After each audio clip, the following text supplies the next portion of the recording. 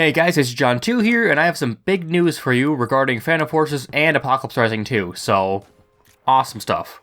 So we're going to start with the Phantom Forces stuff, and first off, huge thanks to Floating Spaceman for helping me out and showing me this stuff, but apparently on stream, Shay has said he's working on a new map, which doesn't mean the what we've seen already before and played on a little bit, but it's going to be a Halloween-themed map. And first off, this means it can't be long till it's added. I mean, it's almost Halloween.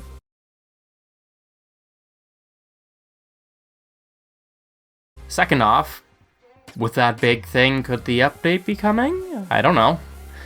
So I could have been wrong about the update not being so soon, but I mean, it still remains to be seen, but I personally doubt it's going to be like all spiders and skeletons and ghosts everywhere, or jack-o'-lanterns or whatever. My guess is going to be more of a darker theme map, but not really Halloween. I don't know, I could easily be wrong. This is just all my personal thoughts, but I'm thinking more of a cave or mine or old mansion, I don't know. Something that still makes sense later on when it's not Halloween. So you don't be playing around Christmas and see jack-o'-lanterns everywhere. But yeah, anyways. In addition to this, he's still working on the previous map we've seen before, so yeah, that's still coming. And just a little other piece of info is that the first and third person models for every single gun in the game are done. I mean, Shay completed them on stream, I believe, which means a model for every single gun. It's an individual model for each gun, so you won't see every sniper looking like the Intervention anymore, which will be nice, because then you'll be able to see the beautiful Mosin Nagant or BFG or whatever. And each of these things are skin ready, so I mean, you'll be able to see skins on every one of these things, so that'll be cool. Which again means that the update could be actually a lot sooner than I previously thought, so that's awesome. But yeah, so that's pretty much all I know so far, but yeah, I'll keep you guys updated.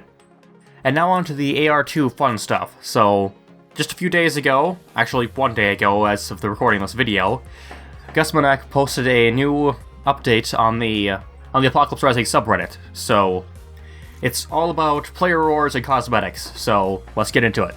First off, he says, Apocalypse Rising 2 development is going very well. Who Blocks Who's weeks of work on the character are nearly complete. Soon, as I have said many times, we'll have a video uploaded to show off a first character iteration, which I will be making a video on, by the way. In other news, we have architectural styles we like, and steady progress is being made on the structures, so map progress, maybe something to show off later. I have also started work on Apoc 2's map roads and city layouts. Vehicle production is also going well, and we're able to show off the next vehicle soon. Hype. Also, roads being laid out. That's a big step here, because that pretty much determines most of the map. However, today I want to talk about player rewards and cosmetics. I like to preface this discussion by saying that everything stated here could be changed, so keep this in mind, guys. In fact, this subject for Apoc 2 has been planned and replaned a couple of times already. I feel I'm close to nailing it though, so you guys could get to hear my thoughts now. Yay. Even though the title says cosmetics, I will not be discussing weapon skins, hair, or faces at this time. For the majority of this discussion, I'm going to talk about shirts, pants, hats, and accessories. I will commonly refer to these items as clothing. So that's just his intro. So it's a very, very long post, and I'll try to sum it up for you guys, but he talks about new players and findables as his first topic. So he says that when you first start out in Apocalypse Rising 2, in the character creator, you have like a few options of shirts, maybe a few normal solid color t-shirts, maybe a few options of jeans, I don't know. Nothing too interesting. But as you find clothing naturally spawn in the game, like you find a nice green t-shirt laying on the ground, boom, next time you spawn, you can use that in the character creator. You find an army uniform, boom, now you can spawn with that. So that's awesome. That is really awesome, actually. The one limitation to this, though, is if you have something and you drop it to your friend, they'll be able to pick it up and wear it all they want, yeah, that works. But they won't unlock it in Character Creator. You have to find it naturally spawned, so that's the limitation with that. Also, he says, some clothing will be rare and some will only spawn in certain locations, so I anticipate getting a complete collection will be highly satisfying. So, that's also hype. Also, I assume this could mean hats, too, so you find a nice pair of sunglasses, you can spawn with that from now on. That's awesome. Find a nice military helmet. That's cool. Well, something to keep in mind now is that with this system, they are kind of changing what their initial plan, so now clothing will not dictate inventory space. So you won't have like a military shirt actually better than the green t-shirt you found. You could choose whichever one you want, and it will not negatively or positively affect you in any way. It's just cosmetic. So you could choose whichever you think is cooler and doesn't affect your inventory space. Which, I mean, raises the question, how are they going to determine inventory space? Probably backpacks like usual, and I guess we'll see. His next section is badges and unlockables. He says, in Epoch 2, badges will likely not be tied to a community group, so no more Marauder or stuff like that, I don't know, Highwayman. He says, instead, badges will act as in-game achievements, therefore we could have badges for just about everything you could think of. Repairing vehicles, building bases, killing players, zombies, animals, anything. Most, if not all, badges in Epoch 2 reward the player with an in-game cosmetic once they're earned. So, you, I don't know, go kill a bunch of cows, you get a nice black and white shirt, I don't know. Or killing a bunch of military zombies gets you a torn military uniform or something, I don't know. But, I mean, it's all to be seen. His example is you repair a car to unlock a mechanic jumpsuit or something, which would make sense. It also means that there probably will be a lot of badges and a lot of customization, so you can end up looking pretty cool, which is something I'm really hyped for. And he says, unlockables can only be obtained by earning the badge, so you won't find this torn military zombie uniform laying around anywhere. You'll have to get the achievement to get it. Also, he says it is likely that you will not be able to drop unlockables for your friends. So he wants those items to be exclusive, so sorry, it's just for you. And then there's display and purchasables, he says. In the character creator, you'll be able to view all of the game's findables, badges, unlockables, and purchasables. So that means you scroll through a list of stuff. Like, you see what you have unlocked, and you can use that all you want. But you can also see what you don't have unlocked, which means you can see, hey, this shirt looks cool, or, I don't know, this hat looks awesome, or this, yeah, whatever it is. So you can then say, like, I want this black and white shirt, I'm gonna go kill some cows. And there's purchasables.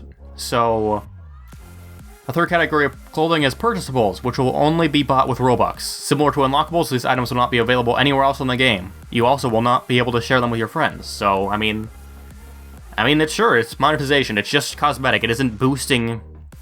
It isn't like the double perk thing in the current Epoch, where it actually is giving you a serious advantage. It's just, you could look cool if you want. And it costs money, but yeah, at least these guys are doing some awesome work so far, and I'd be willing to support them. So, it's your choice. And he says, since Epoch 2 will not be a universe, the character creator will function as a lobby for the game. So I want the character creator to clearly lay out what clothing you have unlocked, what clothing you can unlock, and what you need in order to unlock any particular clothing. So you'll clearly see what you have unlocked, what you do not have unlocked, and what you need to do to unlock the stuff you don't have unlocked. So that makes sense. And then for under theme, he says, some cosmetics in Epoch 2 will take a less serious approach compared to Epoch. So, I mean, party hats? That's the first thing that came to mind. Something silly. Like, it doesn't have to be all dark and gloomy. It could be happy stuff. I don't know. Want to wear a unicorn head? I don't know. That'd be strange, but maybe that's something. He says, I feel that Epoch 2 needs some silly outfits and hats, along with the clothing that you would normally expect to find. Well, I'm not entirely sure how silly the option should be. I would love to see a handful of clothing that stands out. This could come in the form of findables, unlockables, and purchasables, of course. I wouldn't want to make them all the silly clothing cost Robux, for example. So, this means maybe for killing the cow, you get a cow beanie? I don't know. Because that's options, more possibilities. He says at one point in here that the harder the achievement, the cooler the item you'll get from it. So, killing one cow might give you a, I don't know, cheesy cow shirt, I don't know. But killing 10 might give you a cooler black and white shirt. Another, maybe 100 will give you some cow sunglasses, or maybe just kill 1,000 and you get a cow beanie, or I don't know, something awesome. This all remains to be seen, but they're just possibilities. And then finally he says emotes, which is something that actually is really cool. He says, although this is a relatively new idea, emotes can be as short animations that will express emotions. Taunts, gestures, and quick stances would be earned as unlockables or purchasables. However, emotes should not be confused with something like a surrender animation. In this regard, I don't expect Epoch 2 to include a way to surrender. Which is something I honestly suggested, and I think it'd be, I don't know, good for the community because it releases kill on sight, but sure, that's just my opinion. Emotes will be quick animations and wouldn't involve any complicated game mechanics, so basically, just dab. I don't know. I'm calling it, that's gonna be in the game, you're gonna dab, but sure. He says, I anticipate squad portraits would look really cool if everyone used a different emote just before taking the screenshot. Again, all dab, squad dabbing. Yes, that's gonna be a thing. Squad dab. I'm calling it. Anyways, we'll see if this makes it into Epoch 2. Fingers crossed. But yeah, thoughts on this is... I'm hyped for it, because this is something I did not expect, and I really think it is a good idea, because... Again, this is all cosmetics. It's not gonna actually, like, boost how well you do in the game. Like, helmets aren't gonna protect you from damage, shirts and pants aren't gonna give you inventory space. It's all gonna be how you look and how you like it, so... If you like that cow hat, go ahead, wear it. It doesn't gonna negatively affect you, or nothing else is gonna positively affect you. And, again, paid stuff is paid stuff. If you want to buy it, you think it looks cool, go ahead, support the devs. If you don't care about that stuff, if you're not interested in paying money, sure, that's okay. It isn't gonna affect you one way or the other than you're just gonna have something else. And, of course, this just, I don't know, is an incentive to keep playing, because you want to work up to that cool-looking hat. I mean... Yeah, who doesn't want to look cool? And just, there's gonna be people who, like, killed 3 million cows or something, I don't know, and they're gonna have this golden cow hat or something, and just everyone's gonna, good grief, he killed 3 million cows. I don't know, I'm exaggerating it, this is all ridiculous, but you'll find something cool, like, you repair a bunch of vehicles, you get an awesome military mechanic uniform or something, I don't know, just...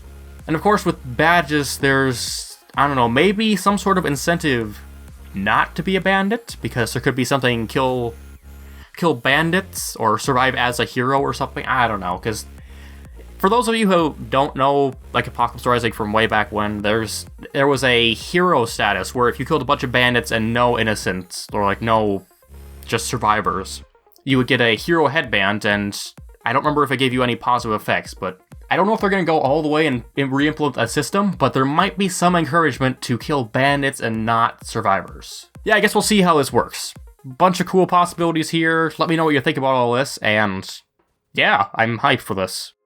My one real big feedback is that, well, some silly stuff is okay. I mean, the atmosphere is still something you want to at least kind of preserve, because if you have everyone running around with, like, unicorn heads or something, that's a little ridiculous. Please no. But yeah, if you want to have like a, I don't know, like cow shirt or cow beanie or something silly like that, just something funny, but not necessarily like insane or really strange. Yeah, sure, go ahead, but please no unicorn heads. But yeah, guys, I hope you're as hyped for all this as I am, because seriously, I'm hyped for this, but let me know what you think, and if you have any more info that I missed, please leave it in the comments and let other people know, because yeah, I could easily miss things. But yeah, thanks so much for watching, I hope you enjoyed, and let me know what I'd like to see next, and I'll see you all in the next video. Bye!